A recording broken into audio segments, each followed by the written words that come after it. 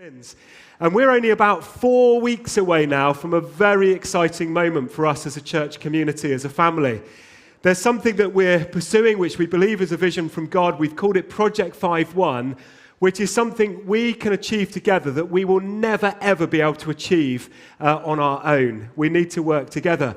And on the screen, you can see the architect's drawing of what we envisage is going to be over the road is our new church building facility that we're going to be using for mission and for ministry.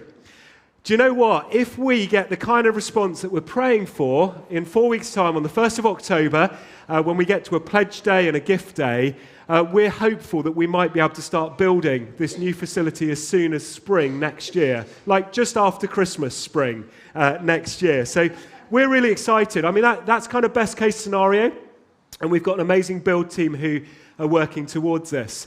And over the next few weeks, we just want to share a bit more of the vision for Project 5.1 so that we'll each be inspired to think about how we can contribute. I want you to imagine for a moment that the blocks that you can see on the screen now represent the task that's before us. At the moment, all of the blocks are grey and we need to colour them in if we're going to see this vision fulfilled. So how are we going to do that? Well, the good news is we've already begun the journey of fundraising. We've already raised £250,000, £300,000 towards this project, not to mention the fact that we'd already raised £500,000 to buy the site over the road some years ago. If you've been around that long, you'll remember the journey. On the 1st of October, we have an amazing opportunity to bring together gifts that are going to be an offering towards this project. 2 parts to our gift and our pledge day. One is the gift part, the other is the pledge day. And most importantly, on the gift side, is this opportunity to say, I'm willing or I'm able to give X number of pounds to this project. There is no way we'll fulfill this vision if we try and do this journey on our own, but together we can.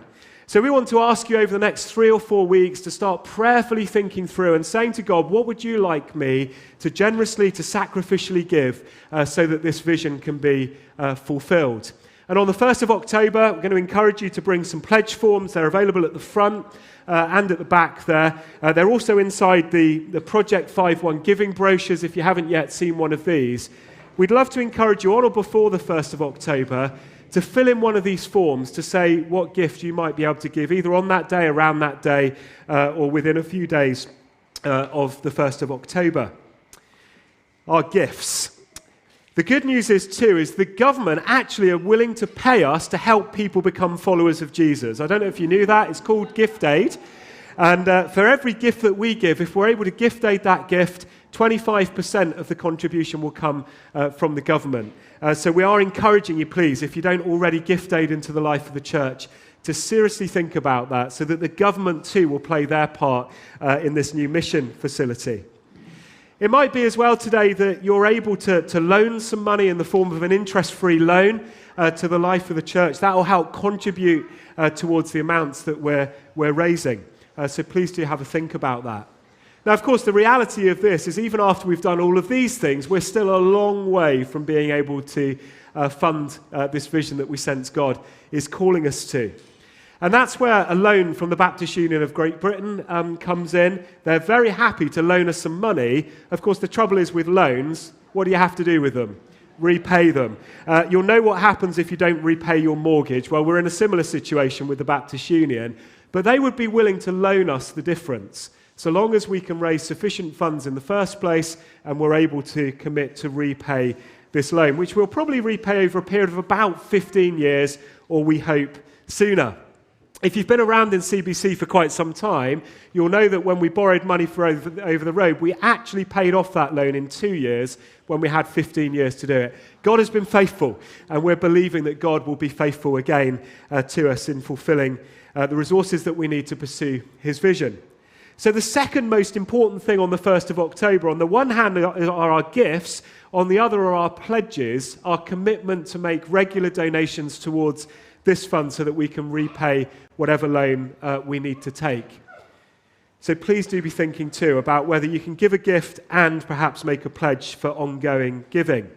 As we move on into the future, there'll be opportunities for one-off donations to be given.